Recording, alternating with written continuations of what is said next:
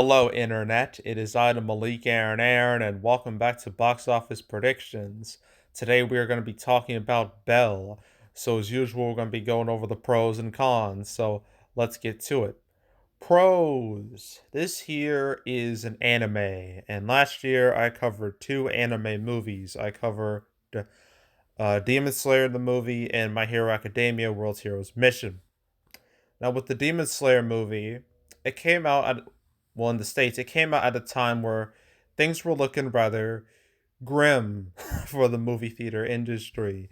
The only real hit we had at that point was Godzilla vs. Kong. Other than that, it was rough, to say the least. But even with all the COVID related hurdles in front of the Demon Slayer movie, it managed to destroy all expectations, not just in Japan, where it became the biggest movie in the history of Japan, but also in the States, as it opened with over 20 million and it made like 47 million total domestically, which for an anime is absolutely insane. In fact, the only anime that did better in the States was the first Pokemon movie, which came out when the Pokemon was at the height of its popularity. So that should tell you a lot. Then the second anime movie I covered was My Hero Academia World's Heroes Mission. Now, no one expected a repeat performance after the Demon Slayer movie. Nobody expected that. But My Hero Academia still did pretty well, all things considered. It opened with like $6 million, which was the biggest out of all the Halloween movies I covered that weekend. By far and away the biggest.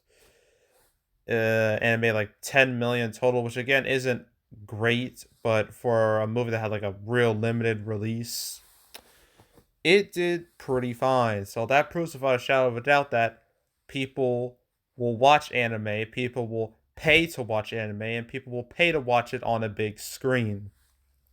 And how could I forget Dragon Ball Super Broly, which was released in 2019 in January, same as this. That I think that had like a 7 million opening day on a Wednesday midweek, and it made like 30 million total, which is still really good. So yeah, anime is, well, obviously it's a lot more niche than most genres here, but if you make the right one, it will have a substantial audience. So yeah, anime. The fact that this is an anime, that's an easy pro right there. Because so far, in the last few years, anime has had a 100% success rate box office wise. So yeah, that's an easy pro right there. So that's pro number one. Pro number two, this movie has real lack of competition. I mean, I know there's Scream 5, I know there's Spider Man No Way Home, but other than those two, that's pretty much it. Like, oh, it's the rest of the movies. Like, I know there's Sing 2, but that's like on VOD right now. It's on demand now. So, and it's only done okay. But after that, it's just a graveyard, man. It's just it's very depressing. So, yeah, and it's not like this movie has any direct competition. So, yeah, lack of real competition besides the two movies I just mentioned, Scream and Spider Man. Yeah, this movie has done the really nothing to worry about really, so I'm going to consider that a pro. So that's pro number two.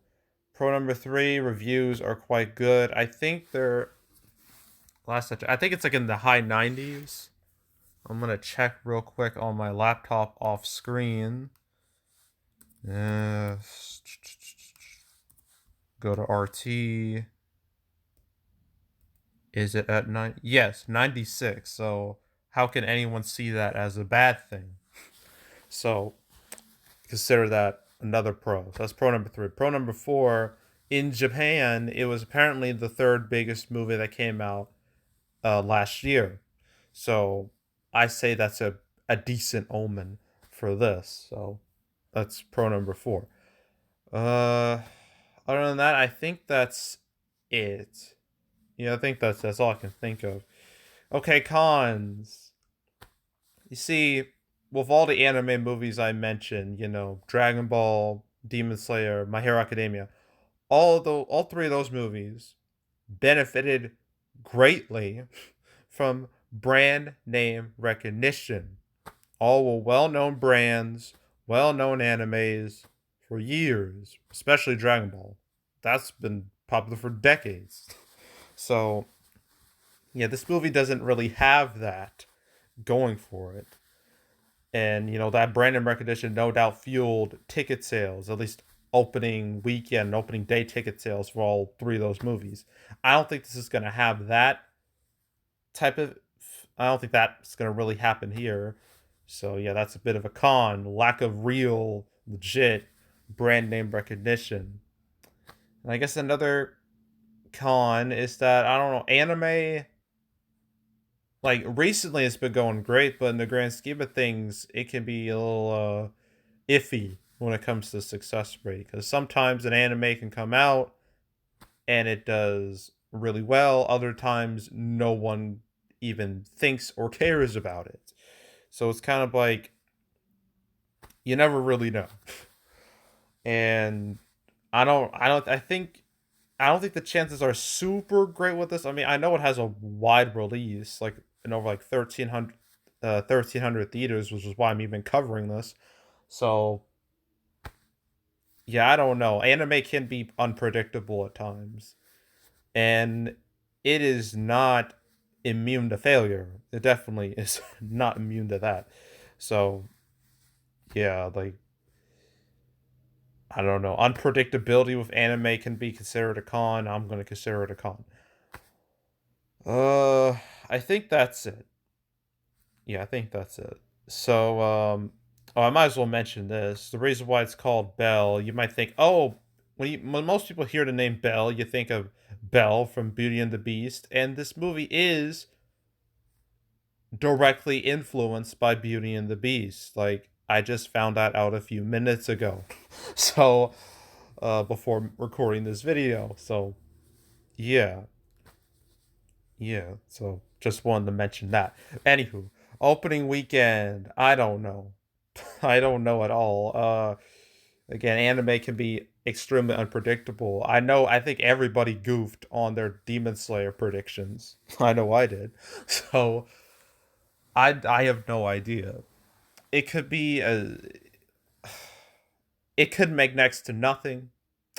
It could surprise. I don't know. I'm gonna have a rather wide range here. It's gonna be between $1 to $5 million. That's what I'm comfortable with. That's what I'm going with.